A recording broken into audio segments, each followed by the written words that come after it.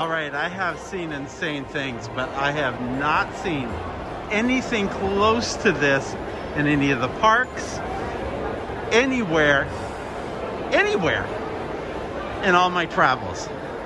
There are huge lines of people, and we thought we'd just come later. So this is after 8 p.m. at Disney Springs in the Orange Garage, and there are literally 1,000 people or more, all trying to get in, all waiting or getting in queue to do the fever check. I am totally stunned by this discovery. So we're about 7 or 8 minutes into this, and we still haven't cleared the health check. But the interesting thing is not the fever check. The interesting thing is that they have added these same security passages that have been recently installed in the parks, which moves guests quickly through.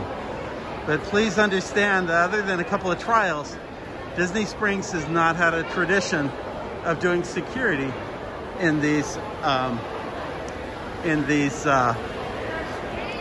Disney Springs. So this is a big and frankly very important add-on that has been that is developed for this retail experience. All right, that was about an 8 or 9 minute experience. Wasn't the end of the world, but that visual alone is seeing all of those people crowded there. I think if I had seen that initially, I wouldn't even bothered coming this evening. It just looked too intense. Everybody stayed socially distanced.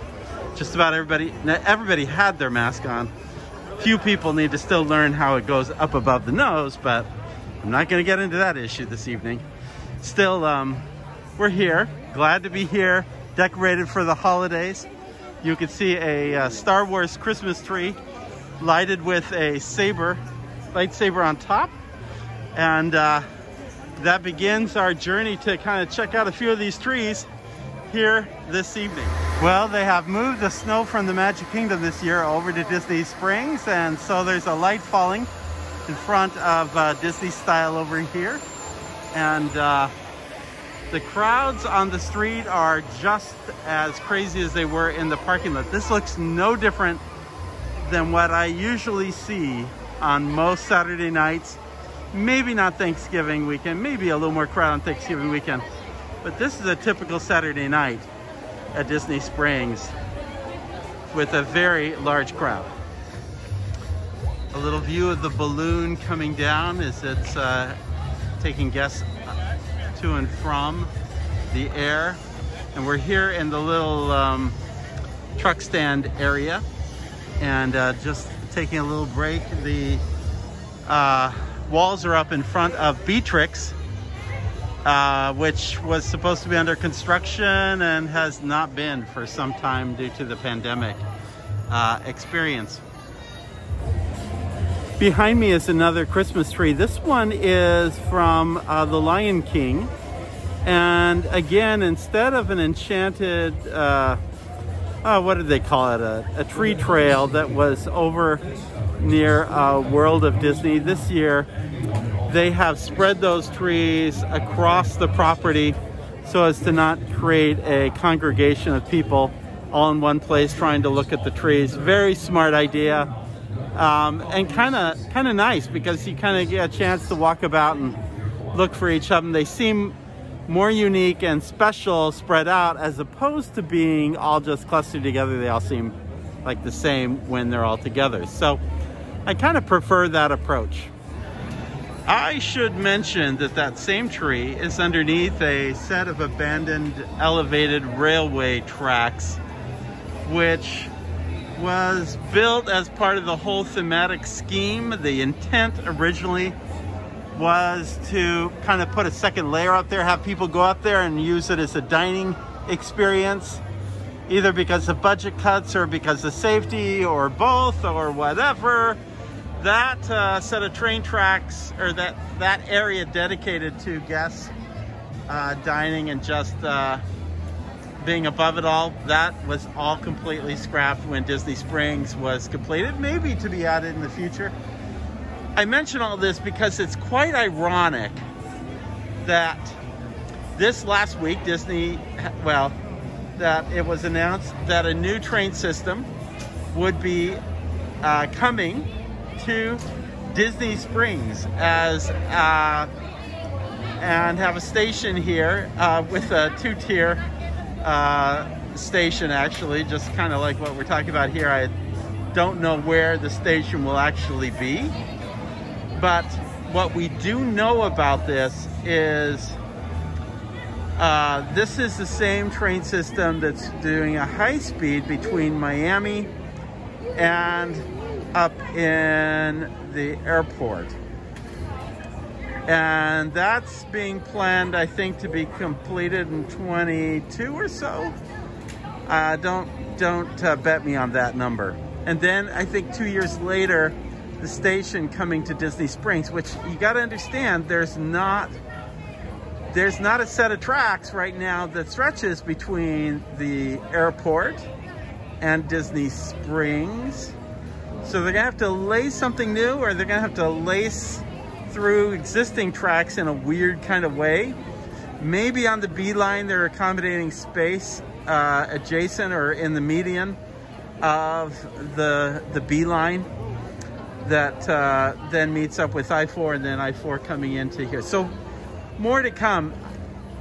Those of us who have lived in this area, we find it, it's just, we've had so many announcements of train systems, high-speed rail systems coming into the area that we've become a little skeptical of anything actually happening. In my view, I think for tourism, and especially in linking Latin American audiences who love to be in Miami, linking them between here and Orlando and back, this is huge. If you have to think of Florida as being a jumping off point to all of Latin America as well as the Caribbean. And so in that regard, I just see this as a huge opportunity. But having the rubber meet the road is something yet to be seen and decided. So more to come on that, and we'll keep you posted as we know more. So this is my date night tonight with Kath, and she has stood in line at the Candy Cauldron. Show us your holiday apple that you managed to get, Mrs. Cover. Nothing holiday about it. There's nothing holiday about your candy apples, but I thought they were all holiday apples. I just chose the regular one. Oh man, you really chose an ordinary. For that, you stood in line. Well, I didn't know that's what I was getting until I got to the front. She was looking for the marshmallows with the peppermint overlay, which is okay, but the ones that are really great are the Disneyland ones because there's a layer of chocolate between the peppermint and the marshmallow. And somehow that kind of makes it a little more solid and more of a total gastronomical experience is what I think here. But now you had an observation about all the guests here. What were you saying? I just don't see very many bags in anybody's hands. I don't think anybody's buying anything. We're all just bored, and so we come here to wander around. So you think that people are here are more like locals who are just finding something to do on Thanksgiving weekend. It's not tourists who are wanting to do that holiday shopping and get it all in gear. Correct. I don't see anyone. I mean, they're buying a drink at Starbucks or something from the A snack or trucks, something. but they're not. Okay, and we're guilty. We fall in that same category, kind of, but. Yeah. But I mean, I saw a baseball team. I'm sure there are groups of young people that are visiting from out of state that have come down here for some sort of tournament, but other than that, it looks like a lot of locals to me. for us as a family, coming to Disney Springs or downtown Disney in the day with their family on Thanksgiving weekend is a big thing. It was kind of our start of the holiday season. We would come because the lights would be up by then, which is a joke because they're up now, usually a month ahead of time. But back then, when we first got here, they got put up around just the week of Thanksgiving, at least in downtown Disney or the Disney Marketplace. So this is, and seeing the Thanksgiving movie that would come out from Disney, Mulan, Tarzan, whatever it might have been. We would always see that during the holiday period, so we'd always come. And the thing that our kids loved was going to the Virgin record store after the movies, and we would check out the books and albums and CDs and everything that they had there. So that was a big part of our holiday Thanksgiving season. Now it's a little different. Disney Springs looks different, and we have this little COVID thing going, but we did decide to take a moment this weekend to find time for a date night, because we both got really busy on different projects, so we needed some time to go out and do something. And this is it. Here is the Sorcerer Apprentice Christmas tree, marked by the magician hat on top, which is a clever way to top the tree. Otherwise, a couple of dancing mushrooms from Fantasia. Nothing too much. So we're in front of Art of Shaving, and you see people who are busy getting their own little shaves. And I guess a COVID-safe way. Kind of cool, kind of interesting. Okay, a key purpose for being here tonight is to check out Gideons Bakehouse to see if it had opened. Perfect time to open given Thanksgiving weekend. Unfortunately, they're not quite ready, so they're not open for business. So much for grabbing a cookie. So here's a big change to Disney Springs in the last few days. Is entertainment, particularly street entertainment, has come back. This one's a performance at the Raglan Road restaurant. So it's a little bit more socially distanced because everybody's seated at tables. But others are actually on the street, and we'll have to check to see how they are actually trying to keep people socially distanced while enjoying the entertainment.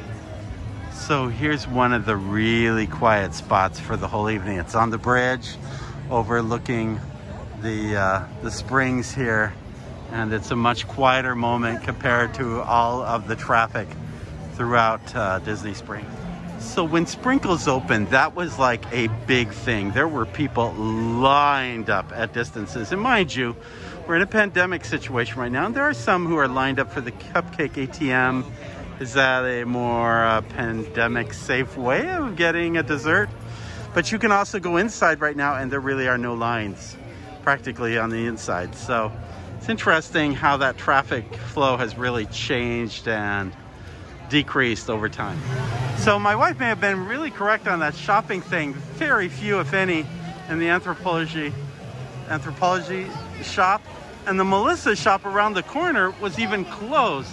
You think about that, Thanksgiving weekend on a Saturday night, and you have a store that is closed.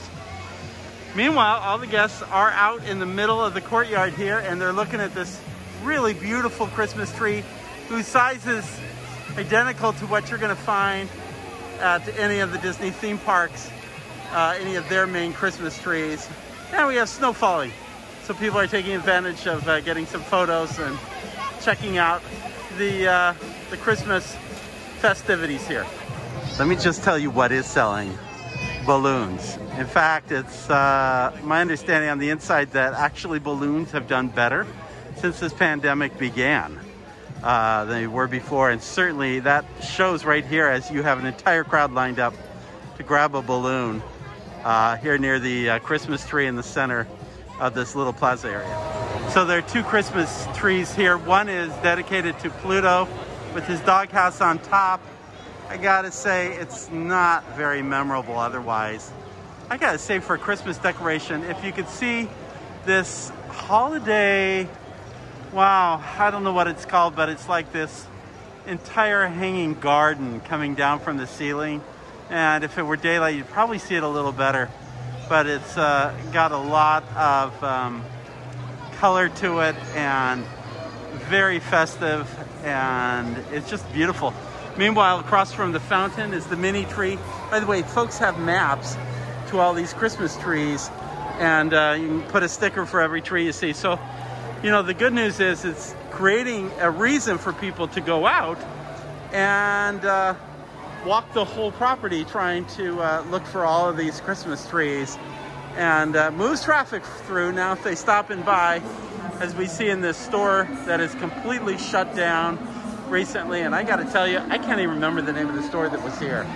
That's how sad it is, because I don't know how relevant a lot of these retailers are to the traffic that typically comes through Disney Springs. So I'm taking a wide shot of this. A guitarist is playing some really beautiful music.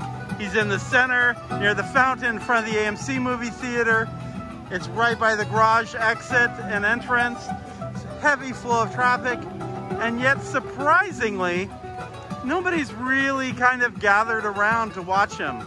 At least those who do seem to be in their own group and staying socially distant from each other. So surprised, because I think this would be a great problem situation with too many people gathered together to listen to somebody. But I think people are just walking slowly by and enjoying it without really staying to see it. Okay, thanks to my good wife, I have managed to get a copy of the Christmas Tree Stroll map for 2020. Not that I remember a map for 2019, but notwithstanding, here we have the map. And what's really weird about this is that most of the trees are really on the west end and around the newer sections. There's one tree near World of Disney and one by the Gideons, but the whole very far end of the marketplace, there are no trees attached. Now there are stickers that go with each of these trees. And by the way, this is presented by Advent Health, the same people who gave you your fever check earlier. And you see we got Mickey and Minnie, and we got Lion King and Haunted Mansion and Princess Tiana and Olaf, Mulan, Yoda, and so forth. But what I'm missing is a lot of the trees from previous years. You had, remember the Robin Hood tree from last year? That I loved. Why am I so big on Robin Hood? But there was also one for 101 Dalmatians and Beauty and the Beast, and none of those are really represented here. Almost makes you feel like I'm missing another tree map here, but notwithstanding, they do stretch from one end to the other. It's just that most of them are more on the west end or on one end than they are on the other end. So it is a mystery to me. So Kath, you're back here. Give me your take on this tree map and why it seems kind of lopsided. Well, the only thing I can think of is, you know, we wandered through all of these shops that can be found elsewhere in the Orlando area, but they were pretty empty. So my guess is that Disney's trying to move the traffic into this area to support their vendors. This area is all Disney shopping. It is almost all Disney shops up in that area, and it is a tighter space. And it sells itself. You don't need to advertise. Everybody knows they're coming here for Disney merchandise. But there are some vendors right in this area, so I'm a little surprised they didn't at least put up a token tree there. And you know, the whole thing about how Disney Springs has been redesigned is before you had like these dead ends. Whereas now you can practically, I mean, over here you can kind of go up along the shore, but you can almost make a full circle around. It's still a little bit of a dead end there. And I have to say, we were over in this area and it was a lot of traffic coming through that area. So maybe you're right. Okay, one more thing that you mentioned, Kath, on the map are the redemption areas. Tell me about those. So it's interesting that they have two redemption areas over here. On the far end where there are no trees except for one. And then you have one here and here. One here and there. And so, and once your map is completed, you stop at a redemption location for some special prize. And so maybe that's to drive more traffic into those corners, is to have the redemption shops on that end. And those redemption areas are driven by the fact that they are Disney locations for them to drive. So it's a little easier for them to manage that activity. So one more thing my wife points out is all the promotional offers on the back side of the map, which, you know what draws my attention to this, Kath, is that there's one here, save 20% off for non-alcoholic beverages at House of Blues, and over here save 20% off one item, like two from House of Blues here, which explains why there's a tree over near House of Blues. They probably said, hey, I'm not going to be on this thing unless you put a tree near me. So it may be driving more of the decision of where to put the trees is who is offering up a promotion here. So you hear the music? This is just being mean to Walt Disney World fans over here, because this is the music from Paint the Night, the parade out at Disneyland and Hong Kong Disneyland that we do not have. We don't have a nighttime parade. I love this song, and it really marks that parade and makes that parade so fun, so successful. And so just hearing the music. Now, before we go, so what's your take on the whole evening, Kath, as we kind of think about the evening? A lot of people here. If you had known this many people were here, would you have said, let's go? Probably not. We would have probably found something else. I can't think of what else we do, but take a drive. We're a little spoiled because at the beginning of the pandemic, we had these places to ourselves, literally. Yeah, that is true. And remember in the early days, just nobody. And I'm still trying to figure out the demographic. Yeah, there are tourists here, but there are a lot of locals here that have just finally gotten around it. Maybe locals within even more the Georgia, Miami area coming through here. I think that's a possibility. I remember standing right up there on the Coca-Cola. Oh yeah, at the top. The day that it closed, and we got word about it, and actually communicated that to some workers over at the Disney shop. At the Disney shop earlier that evening, we were the first to communicate that this place was going to close. They had no idea. In fact, what had been communicated is that Downtown Disney was closing at Disneyland.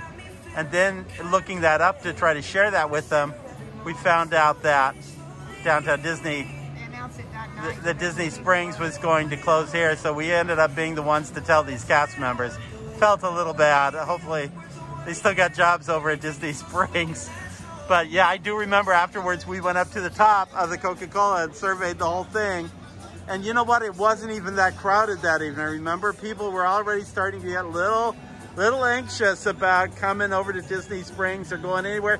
People are all scratching their heads figuring out, do we do this? And, you know. Nobody was wearing masks. And at that time, nobody had gone into the mask thing. We didn't even have masks to wear. You had to start up a whole sewing operation for our church to get masks made out for people and for even hospitals in New York that we had created masks for, and face coverings. So a whole team of people worked so hard to create masks in the early days because we didn't even have that many. That seems so long ago. Just reopening Disney Springs seems so long ago. Remember when the stormtroopers were standing on the porch? I haven't seen them in ages, but boy, that was a long time ago. All right, that concludes our podcast and YouTube video for the evening.